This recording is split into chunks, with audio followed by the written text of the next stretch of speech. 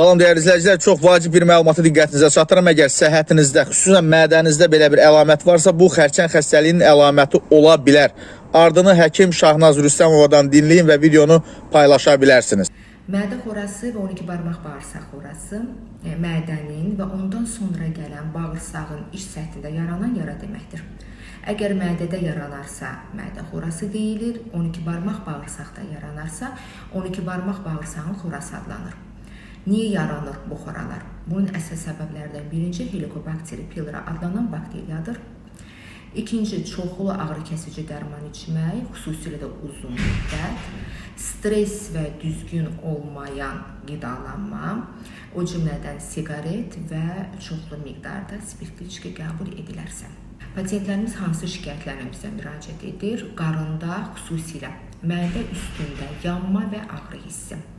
Ac qalanda ağrının artması, gecələr ağrı ilə oyanmaq, qıcqırma, köp ürəkbulanma, bir də ağır hallarda qanlı qusma və qara nəcis. Bəs necə müalicə olunur? Əgər səbəb bakteriyadırsa, antibiotiklərlə, mədə turşuğunu azaldan dərmanlar veririk, ac qarnına qalmamaq, diyet saxlamaq, ağrı kəsici dərmanlardan uzaq olmaq, siqaret və spirtli içkiləri dayandırmaq.